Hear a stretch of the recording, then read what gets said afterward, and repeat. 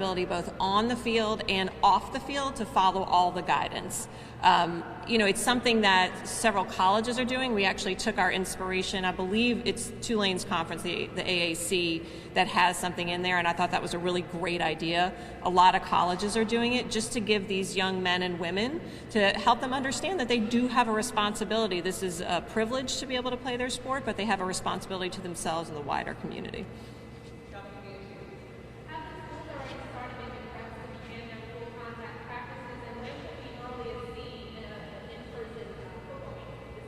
Sure.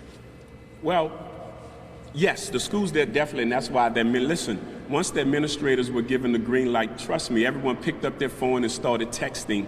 When we announced on Friday that, hey, listen, this is where we'll be at on Monday, all of the administrators were excited, started texting their coaches. So I'm sure if you go out, whether Canal Street by Warren Easton, whether you go out on St. Bernard Avenue by St. Augustine, you will see these teams practicing out at their schools, whether it's at Lusher, of course, on their own field as well. You will see them practicing today, if the weather permits, I'm assuming. But yes, they're set for games. They're set also to start hosting scrimmages and practice games as well.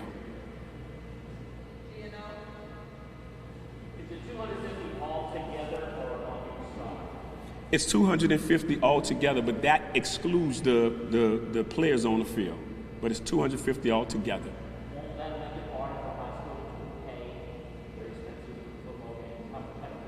Well, I'm going to be honest with you, and some of these administrators can attest. We've had some of the administrators that said, hey, if you allow us to just play, we don't have to have spectators and fans. We just wanted to see these kids have the opportunity to play ball. So, they're definitely adjusting. They know. They knew on Friday what the numbers would be. They're excited just to be able to play the sport. How would they pay the bills? That's a school's question, but... So this is the same limit that we have for Tulane and the Saints, right? And it's also, if you look at major league sports everywhere, most stadiums have 0 spectators or very little. And it's consistent with our limits on other time-seated events. So, again, yes, is it a financial hardship? Absolutely. We understand that, but for right now, 250 is a lot of people, and we want to evaluate if it works, and if our numbers continue to stay low, of course we're going to take a look at it and see if it can be increased. We recognize that it's financial, but as Larry said, the primary goal was allowing kids to be able to play for all the benefits that they get, for the public health benefits there, and then we're going to do our best to safely advance as much as we can.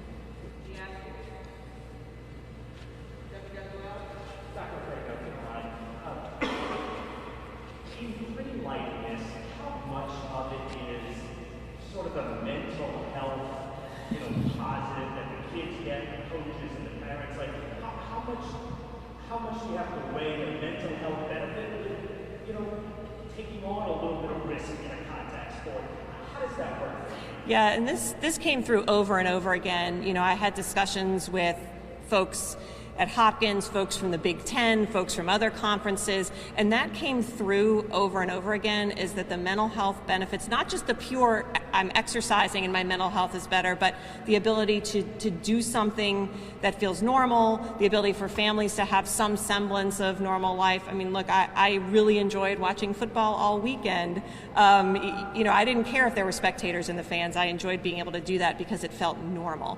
That being said, there is a risk, right? Everything is sort of a risk benefit. And so right now we felt like this was the benefit to the community in so many, you have so many different schools up here, every school across the city. Given where we are now, the physical and mental health benefits outweigh the risks. Was this sort of unanimous among the task force that it was a good idea in the fall? Would you say that? Yeah. Yes, and they're shaking their heads, yes. But with that, one thing that we thought about, because New Orleans is so unique as it relates to our music, and we know that the band is part of that 250. So, but what we've done is we've allowed the schools to have the option to where that once the teams clear the field at halftime, the bands can come in through a separate entrance, perform a halftime show, and then march back out, exit out of the facility without that being included into the 250 person count. Yeah. Other questions? that said, who will be allowed actually on the field? Of course, players and coaches, but who else will be allowed on the field? That's a great question. As it's spelled out in LHSAA's guidelines, it's the players, the coaches, the trainers. Also with that, you have to have an administrator on the field, but with that, the cheerleaders can be on the field, but they have to be 6 feet away, practicing social distance from the football team. So yes. Expanded the sidelines too. That's right. They've also expanded the sidelines because at first the coaches and team can only go from the 20 to the 20. Now they can go from the 15 to the 15. Yes.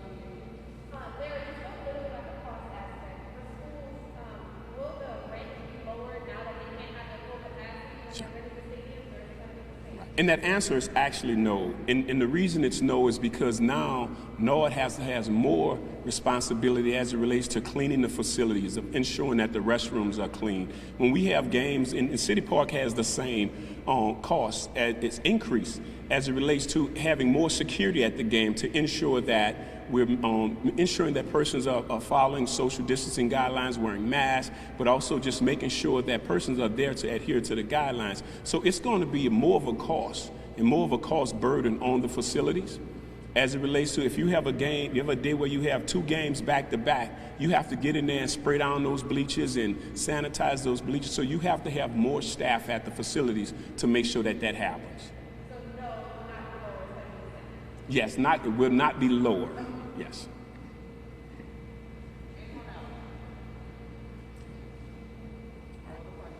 All right. Thank you all for coming out.